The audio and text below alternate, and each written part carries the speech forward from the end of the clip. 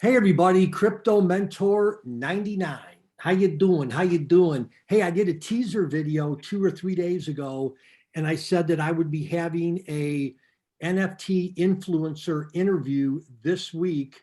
I'd like to introduce the aforementioned NFT influencer. He's an up and comer, and did I mention he happens to be my son, Brendan? Brendan, how you doing?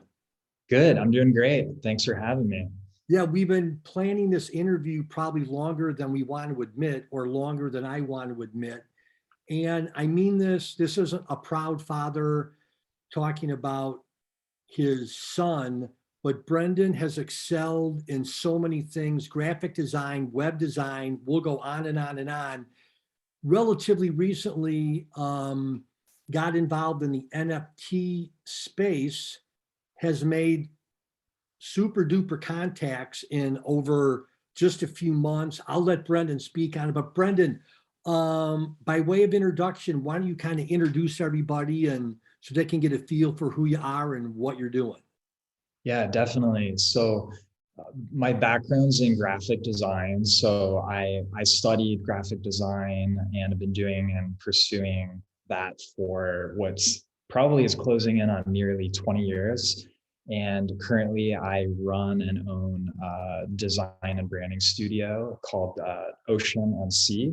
And we do design and branding, a lot of logo design work. And recently, I've definitely been pivoting more towards crypto related clients and kind of partnering with NFT projects to where I can utilize some of my design and help those people.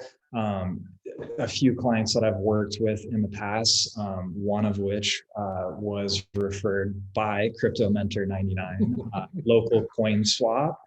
I've done some like really cool work for like various exchanges. And then recently, I've partnered with Into the Cryptoverse, and I handle the product and design for all of Benjamin Cohen's merchandise, which has been really fun to kind of engage with the Into the Cryptoverse growing family.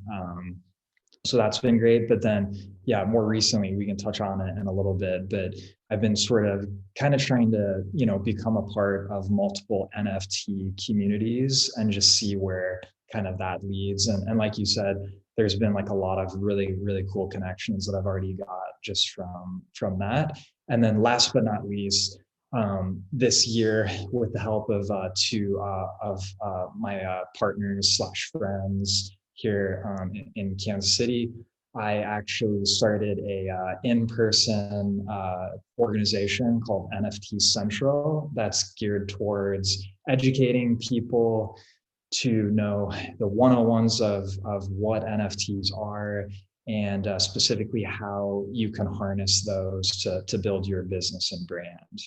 Cool. So I know the answer to this, but for our whatever 15,000 subscribers or people that may click on this link, what was your draw, your attraction, if you will, to NFTs when you first heard about NFTs? Yeah, so I think it was like a very natural kind of next step in my journey. I first really got into sort of crypto investing when I was probably in 2017, 2018, in a period where, again, you kind of pushed me into looking at it more. I had done a lot of research before that, but something just wasn't clicking for me Mhm. prior to that point. So it really took for me to sort of like experience the highs and the lows of that 2017, 2018 crash to really kind of get gripped into crypto and just really go down the rabbit hole of actually educating myself of what is Bitcoin, what are the implications of crypto on society at large. And once I kind of went through that season of just kind of getting conviction over it as an actual kind of aid to society and not purely from just, an investment stance, even though I believe in both. I kind of really believed in it on like a core level of that, like, hey, this is something I want to be a part of. So being an artist and a designer, it was kind of almost meant to be. It's almost like in my position, I probably couldn't not explore NFTs. And so, yeah, it felt really natural. 2021 is when I got into NFTs personally, when I started to start to collect them personally. And then also when I started to look into ways where I could utilize the Ocean and Sea brand to release our own NFTs and kind of explore that realm. So I wasn't super early. There's OGs in the space that were making NFTs in, 2016, 2017, 2018. I wasn't a part of that class, but I was able to release my first Genesis NFT in 2021. And 2021 is always going to be known for the historic NFT rise. So it's kind of a special to be part of that class. Sure. Well, before we get into your newest, latest, greatest NFT collection release, let's say someone's watching this video and they're like, oh, wow, I'm kind of interested. This seems like a halfway decent interview. This young man seems like he knows what he's talking about. What would you say to not even a beginner, but even like a novice? When you say NFT, what should I be thinking? What is that? Is that digital art in outer space somewhere? Just kind of like what is an NFT? And for the 101 people out there, could you kind of tell us that, Brendan? Yeah, that's a great question. And I feel like there's a very big distinction between NFTs, which stands for non-fungible token, and crypto in general. Even though crypto, for instance, like the Ethereum blockchain, powers most of the NFT transactions out there, they really couldn't be more separate. And the main thing to differentiate crypto and NFTs is in the word itself. So let's take Ethereum, for example. That coin, if you own one Ethereum, is mutually interchangeable, just in the same way that dollar bills have this exact same value, no matter which dollar bill you're personally holding and using to purchase. Whereas with NFTs, the non-fungible aspect of the somewhat convoluted naming kind of schematic that we're unfortunately having to adopt stands for non-fungible, and that basically just means that it has its own sort of properties, and that you can't mutually exchange it. So in some ways, you can edition NFTs, but that's where you get the whole concept of like a one of one. So if I own an NFT, it's going to typically be a part of a project that has sort of a serial number, and no one else can own that except me, and thus it's unique. And just like a baseball card would have, it's physically irreplaceable, if that makes sense. And then again, if you could just hit on this, because again, I'm really interviewing you because I'm learning too, even though we see each other once a week, just about. So let's say I have an NFT. Am I putting it in my back pocket? Am I putting it on the blockchain? Am I putting it in an Ethereum address? Could you just kind of touch on that? Yeah, typically, so I'll just speak from like the Ethereum blockchain perspective, because I don't have a statistic sort of like offhand, but it's 80 to 90% of the NFT activity at this point is on Ethereum. I could have that stack a little bit wrong, but the point is it's a vast majority is done on Ethereum.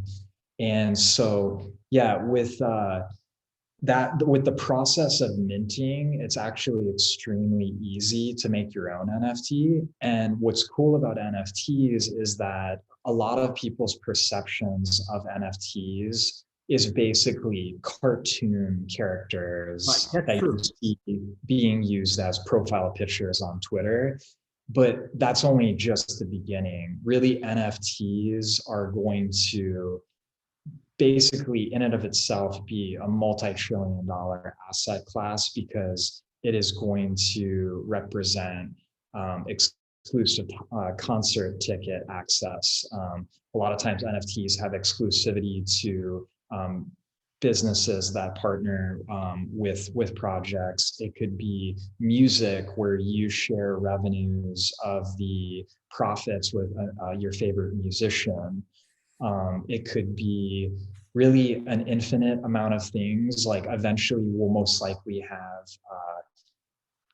our car titles and our home, kind of documentation on the blockchain as NFTs. And so it's much bigger than just sort of those like kind of cartoon characters that we've become to know, especially with the more popular ones. But that's kind of what I've been like kind of like trying to communicate a bit, with our NFT Central group, is that we have such a narrow view of what NFTs are, except we're just scratching the surface. So maybe this is the way I think, as you know. So let's say that NFTs are a baseball game, first inning all the way to the ninth inning. Is it a fair question, or could you give our viewers and myself just a little feel? Would you say we're in like the first inning, one out, as far as, again, as best as you can kind of go forward? Like, so we're still in the first inning, top of the first. Honestly, that's like it's a good analogy. And with that being the case, I honestly would put it that like we're still warming up before the game. Wow. The game hasn't even started. We're sort of doing laps, signing some signatures with fans, kind of kicking.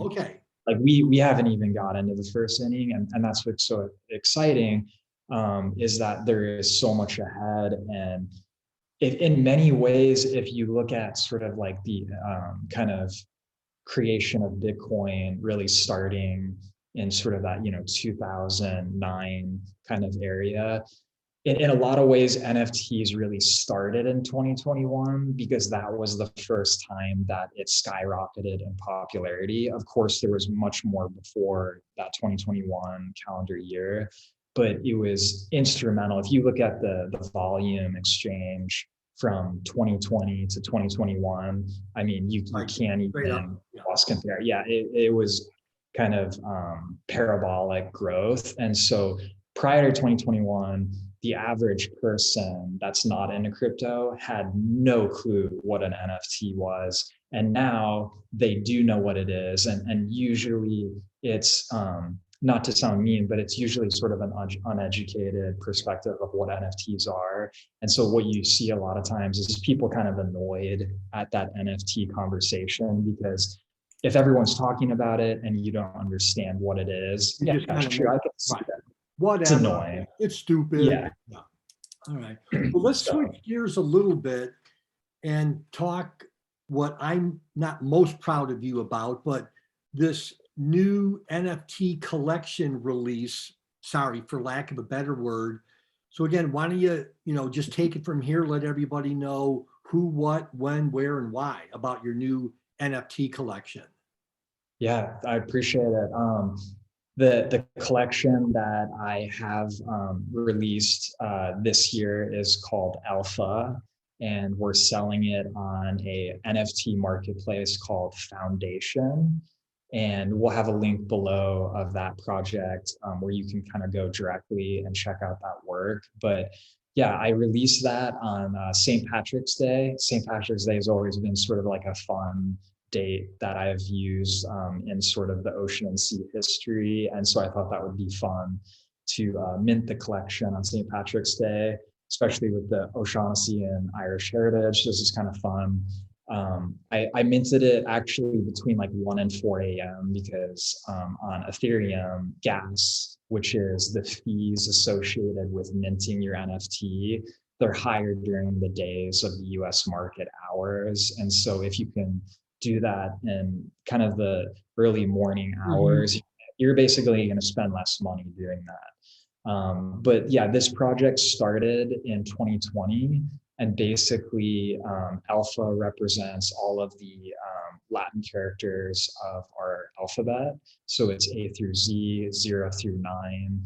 And I wanted it to kind of play off the sort of idea that like this is the starting point of both like my NFT sort of passageway, but also it was just a good excuse to use these sort of abstract symbols that I created as sort of a playground to be creative. And what I specifically did with this project was a lot of it's based in photographic references of textures that I would find while I was walking, my dog Flynn, and we would, be going through the neighborhoods, or maybe we would be on a trip in like Door County, Wisconsin. But I've been really fascinated with just like textures. They could be like rocks, grass, everything has a texture in our natural world. And so what I would do is I would take photographs of those textures and then manipulate those textures within Photoshop, and then basically morph those textures into the symbols. So it's kind of abstract, but in some ways the aesthetic of the project kind of looks futuristic, which I kind of wanted to be a part of the ethos, because you think of crypto and NFTs, you think of the future. And so I was really trying to kind of pull from that sort of almost like a sci-fi aesthetic. Wow. So I should have said this at the beginning. I didn't, I forgot. I'll say it now. All of Brendan's links will be in the description box of the video. Brendan, talk a little bit about, you explained a little bit, and again, I know more because I'm your dad, but explain to everybody a little bit about NFT Central. Yes. Yeah, so that it's really still in its infancy, but we have a lot of plans for it, and we're just really excited to kind of break the barriers of that technology learning gap between Web 2 and Web 3. And so our goal is to demystify crypto. It's to kind of make it accessible to the normal person that isn't in my position, where I've done hours of research a day for what seems like 5 years straight, and most people don't have that research kind of foundation. And so specifically, especially being sort of an artist and designer, one of my key kind of passions that also is shared with the two partners that started NFT Central, Jonathan and David, we're all artists. So we definitely have sort of a soft spot in trying to help artists and designers release their own NFT projects. Although we're all NFT collectors ourselves, we don't really have a goal of like shilling sort of our own projects. I'm super passionate about a few projects that I'm into, including Invisible Friends and Crypto Skulls. But the purpose of the NFT Central group is really to educate and kind of equip people to be able to step into that sort of creating NFT journey for themselves, because we believe that NFTs is going to be for everyone. And so if you have a first market moving advantage and you just take advantage of it now, you're going to be ahead of the curve. Minting in the future will be like saying you sent an email. It's going to be sort of a part of our everyday sort of terminology, but it's a little foreign because we're at the beginning phase. So our main emphasis is education, and we do that through our Discord channel, which again will be in the description box. Yeah, if you want to check that out. So just a bunch of people talking about NFTs, questions they have. A lot of it's 101 stuff. Some of it's really advanced stuff. We have advanced developers in there to people who, are just learning kind of the beginning ins and outs of crypto. So all levels of education are welcome. And then we also do in-person meetups. And those in-person meetups have really opened up, have sort of a private roundtable with the Nelson Atkins Museum of Art here in Kansas City, which is a super well-known museum throughout the world. And they're starting to talk about how their organization can utilize NFTs. And so just really cool to be a part of these like beginning conversations. It just feels really special. Right. And I've said this to you over the years, you end up in the darndest places and make the darndest connections. It's like, how in the world, again, like some of the stuff that we talk to privately, it's like, how did you get this? And you met this guy and this lady and that organization. It's crazy the way you just Yeah. kind of end up in really cool places. Yeah, and it's weird because I don't really even know how it happens, but for me, it's like, okay, I will accept it. And that's the part of doing marketing on whatever it is you're doing. If you're an artist, designer, business, whatever it is, that's why marketing is so important, because all of these connections that I now have within sort of the crypto sort of network that we've developed is all from people who have seen what I've done with Ocean and Sea, which we've been around since 2013, and said, hey, I saw you post about sort of, your NFT project, and you seem to know kind of what you're talking about.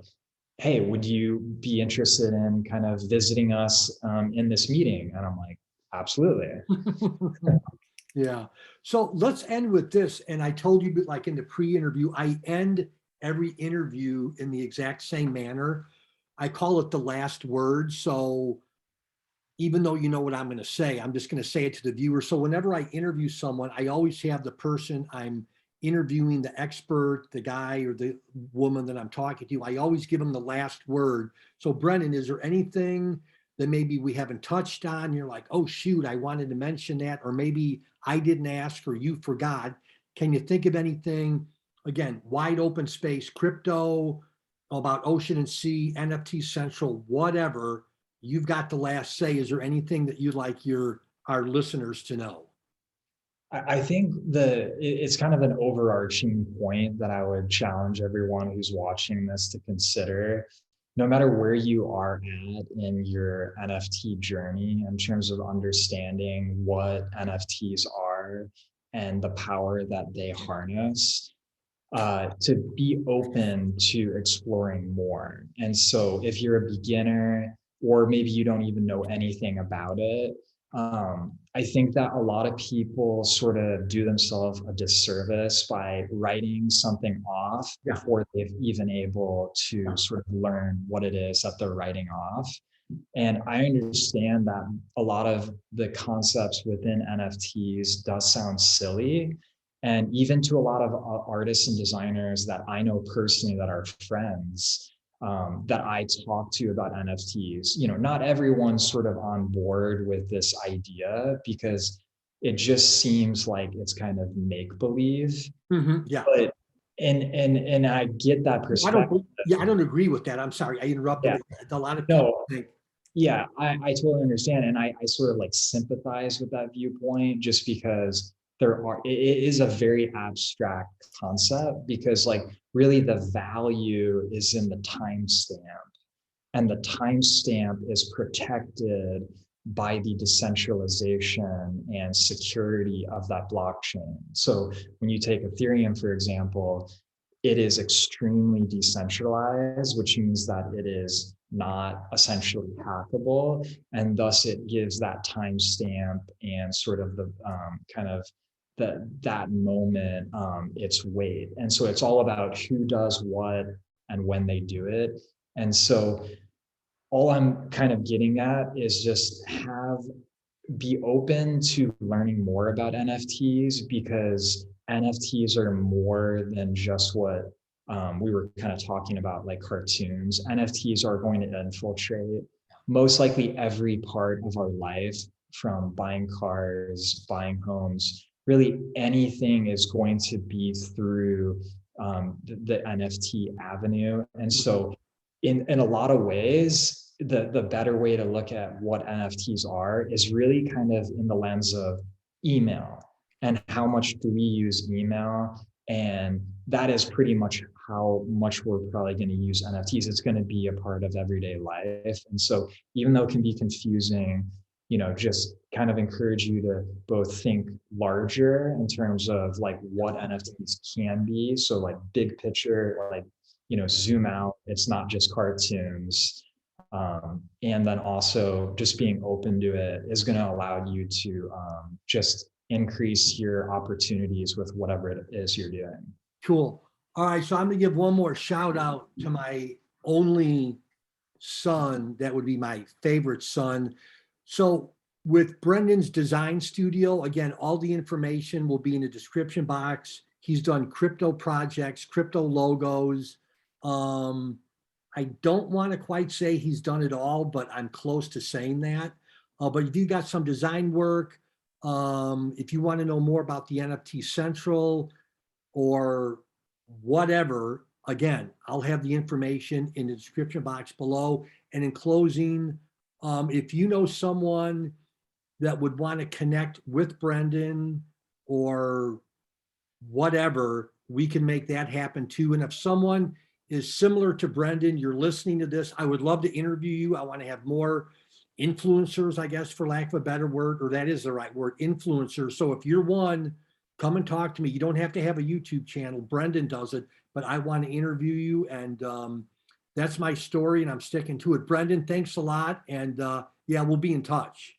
Thanks for having me on. It was a blast talking about crypto and NFTs. Yeah, thanks so much, B. Thanks. Bye.